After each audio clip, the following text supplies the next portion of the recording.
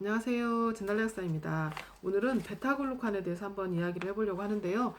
요즘에 그 백신 때문에 타이레놀 사러 오시는 분들께도 제가 그 백신 맞기 전후에 이 베타글루칸 영양제를 좀 드시라고 많이 추천을 해드리고 있습니다.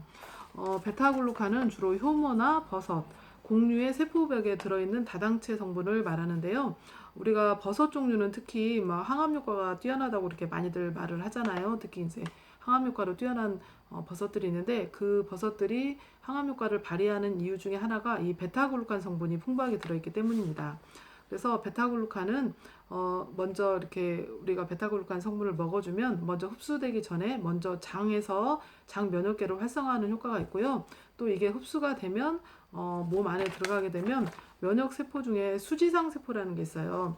수지상 세포가 주로 이제 항원 제시 세포라고도 하는데 우리 몸에 이제 세균이나 바이러스 같은 게 들어왔을 때 우리 몸에 뭐 대식세포나 이런 애들이 먼저 그런 것들을 다 이렇게 잘근잘근 깨물어 먹는다고 하더라고요. 예, 먼저 먹고 이렇게 작게 조각으로 만들어 놓은 것을 수지상 세포가 자기 위에 딱 이렇게 올려놔서 우리 몸에 이런 것들이 들어왔으니까 앞으로 조심하도록 하라고 이렇게 그 항원을 제시를 하면 이제 면역 그 세포들이 그 항원을 보고 앞으로 이제 그 또 비슷한 애들이 들어오면 이제 막 이제 완전히 어, 총 출동을 해서 이제 한 번에 제압을 하게 되는 거죠. 그래서 그런 역할을 하는 게 바로 수지상 세포거든요.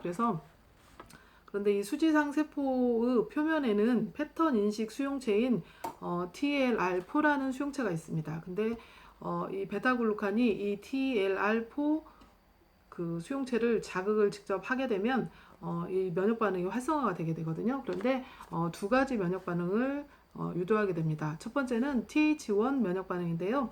TH1 면역 반응은 어떻게 일어나냐면 대식세포와 킬러 T세포를 활성화시키고요. B세포가 이뮤노글로불린 G형의 항체를 발사하게 합니다. 그래서 주로 세균이나 바이러스를 주로 처리하는 면역 반응이 TH1 면역 반응입니다. 여기서 TH는 보조 T세포라는 건데 그 T세포하고 B세포가 우리 몸에서 대표적인 그런 면역을 담당하는 세포인데 TH 세포라는 건 보조 T세포인데 그게 TH1과 TH2로 나눠지거든요. 그래서 TH1 면역 반응이 활성화되면 아까 같이 그런 세포들이 활성화되면서 주로 세균이나 바이러스를 처리하는 그런 효능이 높아진다고 해야 되나요? 그런 면역 반응이 활성화가 되고요. 또 베타글루칸의 작용 중에 하나는 TH2 반응은 좀 억제를 한다는 겁니다.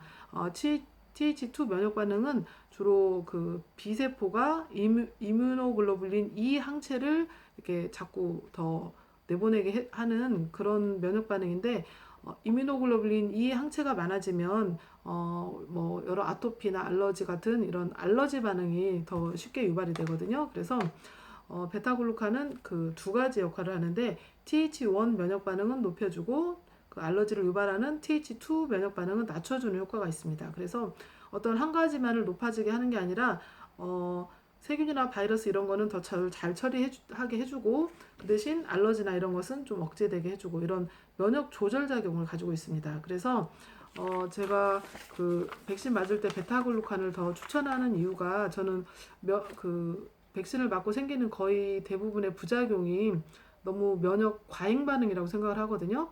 그러니까 그래서 이 면역 조절 작용이 있는 베타글루칸 성분이 그런 면역 과잉 반응이 이렇게 너무 생기지 않도록 조절해주는 작용을 한다고 생각하기 때문에 베타글루칸을 추천을 해드리고 있습니다.